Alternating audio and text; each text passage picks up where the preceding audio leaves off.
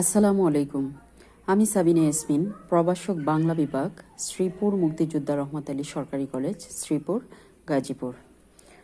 সুপ্রিয় শিক্ষার্থীবৃন্দ, আজকের অনলাইন ক্লাসে তোমাদের স্বাগত জানাচ্ছি। আশা করি তোমরা ভালো আছো, সুস্থ আছো। আজ আমি তোমাদের সাথে আলোচনা করব অনার্স দ্বিতীয় বর্ষের দীনবন্ধু মিত্রের বিখ্যাত নাটক নীলদর্পণ নিয়ে। আশা করি তোমরা সবাই আমার সাথেই থাকবে। শুরুতেই আমরা দীনবন্ধু মিত্র সম্পর্কে একটু আলোচনা করব। বাংলা সাহিত্যের বিশিষ্ট নাট্যকার ও ঊনবিংশ শতাব্দীর বাংলা নাটকের অন্যতম সর্বশ্রেষ্ঠ রূপকার দীনবন্ধু মিত্র। তিনি ছিলেন বাংলার আধুনিক নাট্যধারার প্রবর্তক মাইকেল মধুসূদন দত্তের সমসাময়িক। দীনবন্ধু অবশ্য মাইকেল প্রবর্তিত পৌরাণিক ও ঐতিহাসিক নাট্য রচনার পথে না গিয়ে বাস্তবধর্মী সামাজিক নাট্য রচনায় মনোনিবেশ করেন, আর এ ধারায় তিনি হয়ে ওঠেন পরবর্তীকালের নাট্যকারদের আদর্শ। দীনবন্ধু মিত্র পশ্চিমবঙ্গের নদিয়া জেলার চৌবাড়িয়া গ্রামে এক দরিদ্র পরিবারে জন্মগ্রহণ করেন। গ্রাম্য পাঠশালায় অধ্যয়ন শেষে পিতার প্রচেষ্টায় স্থানীয় জমিদারের সেরেস্তা হিসেবে চাকরি নেন, কিন্তু তার মধ্যে ছিল উচ্চশিক্ষা লাভের তীব্র বাসনা। তাই 5 বছর চাকরি করার পর পিতার অমতেই গোপনে তিনি চলে যান কলকাতায়। সেখানে নীলমণি মিত্রের আশ্রয়ে শুরু হয় তার উচ্চশিক্ষা লাভের প্রাণান্ত সংগ্রাম। এই সময়েই দীনবন্ধু নাম গ্রহণ করে জেমস লংয়ের অবৈতনিক বিদ্যালয়ে পড়াশোনা শুরু করেন। 1850 খ্রিস্টাব্দে স্কুলের শেষ পরীক্ষায় উত্তীর্ণ হয়ে হিন্দু কলেজ থেকে উচ্চতর শিক্ষা লাভ করেন। দীনবন্ধুর কর্মজীবন আলোচনা করলে আমরা দেখতে পাব, তিনি 1855 সালে পাটনায় পোস্টমাস্টার জেনারেল নিয়োজিত হন। 1871 সালে লুসাই যুদ্ধের সময় দীনবন্ধু কাসারে সফলভাবে ডাক বিভাগ পরিচালনা করেন, যার জন্য সরকার তাকে রায়বাহাদুর উপাধিতে ভূষিত করেন।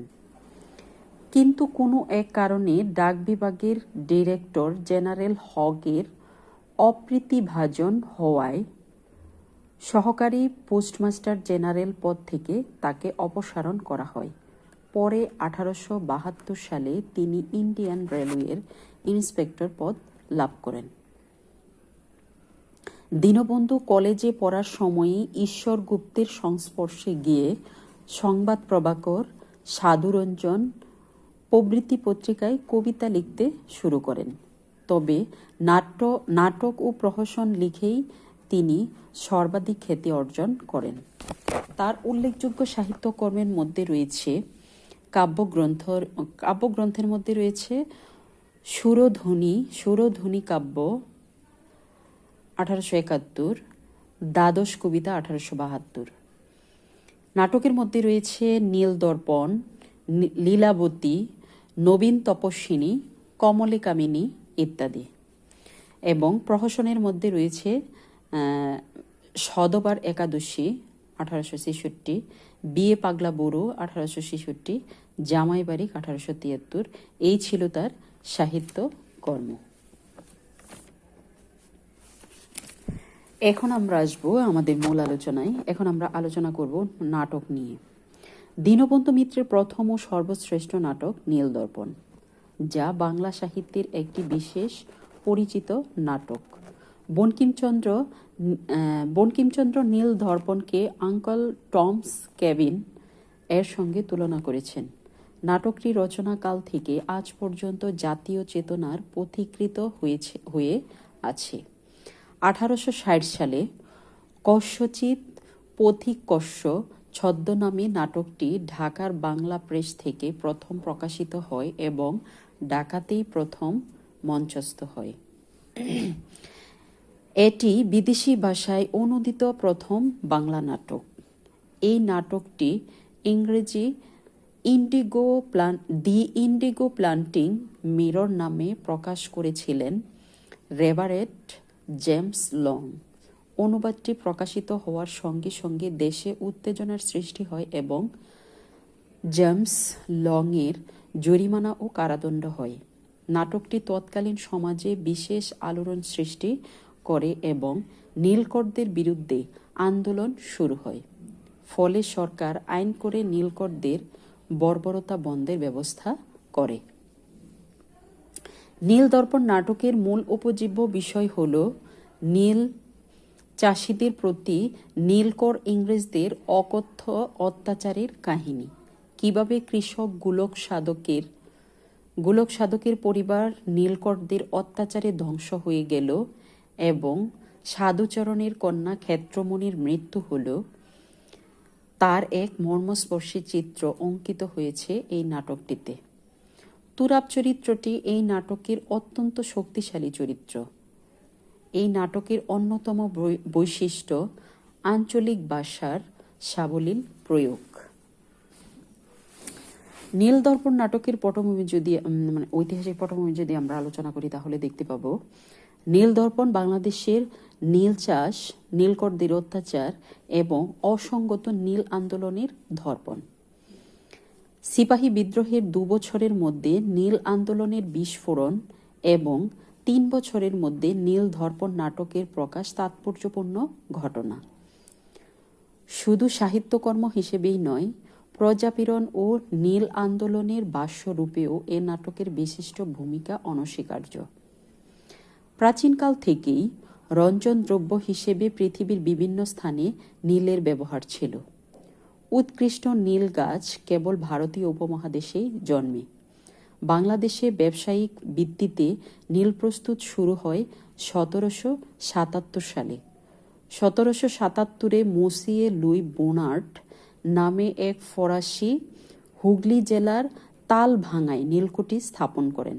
সেখানে পর্যাপ্ত জমির অভাবে তিনি চন্দননগরে চলে আসে এবং সেখানে নীল প্রস্তুতের বৃহৎ কুণ্ডসহ বৃহৎ আকারের নীলকুঠি স্থাপিত হয়।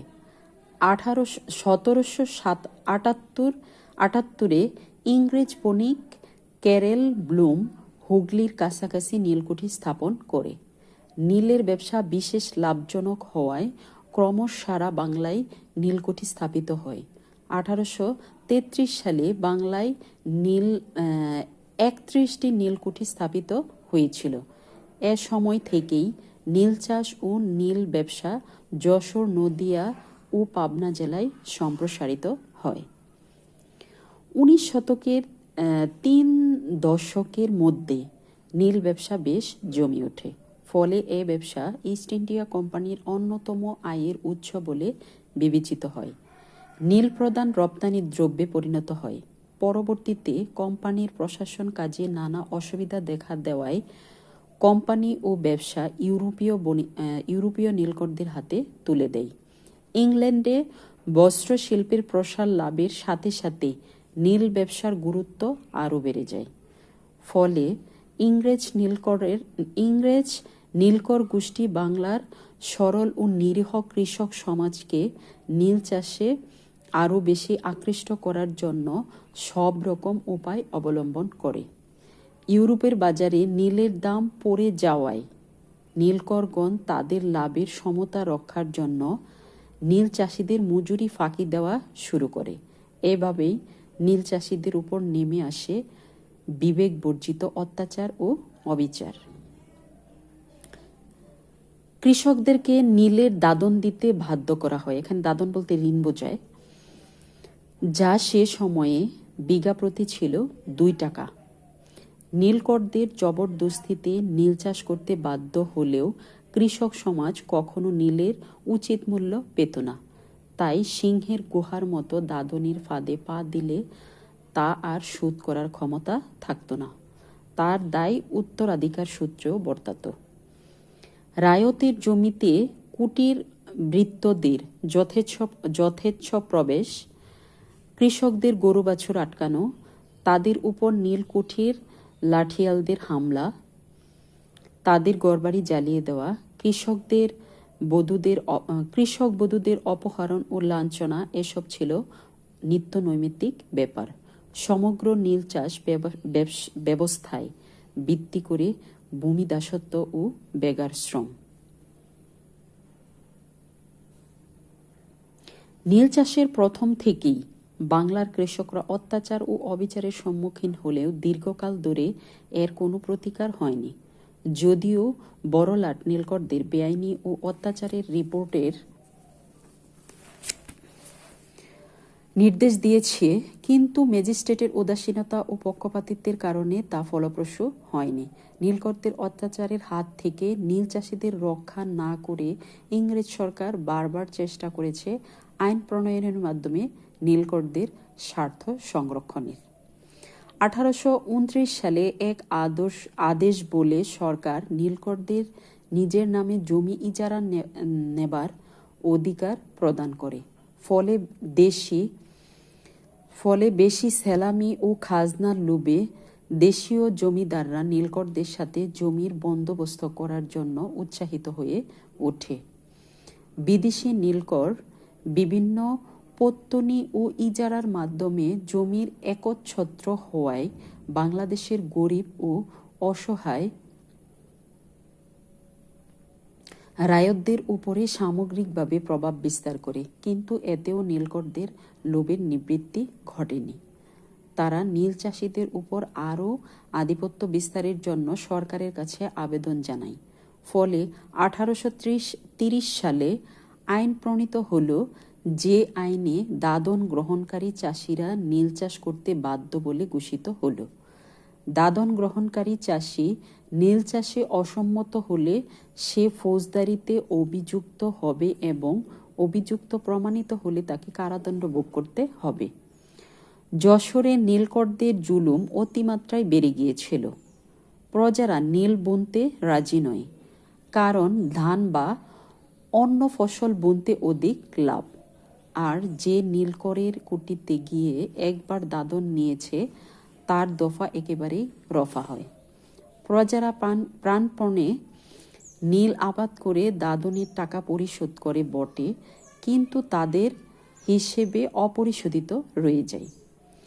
এজন্য যে প্রজা একবার নীলকরদের দাদনের সুধামৃত পান করেছে সে আর প্রাণান্তে কুটিরের মুখ হতে চায় না। নীলকরদের জুলুমে মুলুক খাক হয়ে গেল। নীলকরদের অত্যাচারের মাত্রা বেড়ে যাওয়ায় নীল চাষিরা এই উৎপীড়নের হাত থেকে রক্ষা পাওয়ার জন্য ক্রমশ সংঘবদ্ধ হয়ে সংগ্রামের জন্য প্রস্তুত হতে থাকে। 1859 সালে নীল আন্দোলনের যে সূচনা হয়েছিল, 1860 সালে সে আন্দোলনের স্ফুলিঙ্গ নদিয়া, যশোর, বারাসাত, পাবনা, রাজশাহী, মালদহ, ফরিদপুর জেলায় দাবানলের সৃষ্টি করে। প্রায় 50 লক্ষ কৃষক ওই আন্দোলনে যুক্ত হয়েছিল। এ সময় নীল চাষিরা নানা রকম ঘাত প্রতিঘাতের মধ্য দিয়ে আত্মশুদ্ধি ফিরে পেয়েছিল। তাই তারা দলে দলে জেলে গিয়েছে এবং আত্মগোপন করে থেকেছে, কিন্তু নীল চাষ করতে রাজি হয়নি। চাষিদের এই দৃঢ় সংকল্পের কারণে সরকার বাধ্য হয়ে 1868 সালে অষ্টম আইনের দ্বারা নীল চুক্তির নিয়ম বাতিল করে দেয়। তদুপরি 1880 সালে জার্মান বৈজ্ঞানিক আবলক ফন বেইয়ার আলকাত্রা থেকে রাসায়নিক প্রক্রিয়ায় কৃত্রিম নীল রং প্রস্তুত করতে সক্ষম হলে উদ্ভিদজাত নীলের চাহিদা একেবারেই কমে যায়। এই কৃত্রিম নীল প্রস্তুত করতে উদ্ভিদজাত নীল থেকে প্রায় 1/3 খরচ পড়ত। 1892 সালে এই নীল সস্তা দরে বাজারজাত হওয়ায় ভারতে নীল চাষ বন্ধ হয়ে যায়। ভারতবর্ষের নীল চাষিদের নীল চাষের উপর্যুক্ত অম্লমধুর ঘটনার পটভূমিতে দীনবন্ধু মিত্র এই নীল দর্পণ নাটক রচনা করেছেন। আশা করি তোমরা নাটক সম্বন্ধে মোটামুটি ধারণা নিতে পেরেছ। আগামী ক্লাসে আরও বিস্তারিত আলোচনা করব।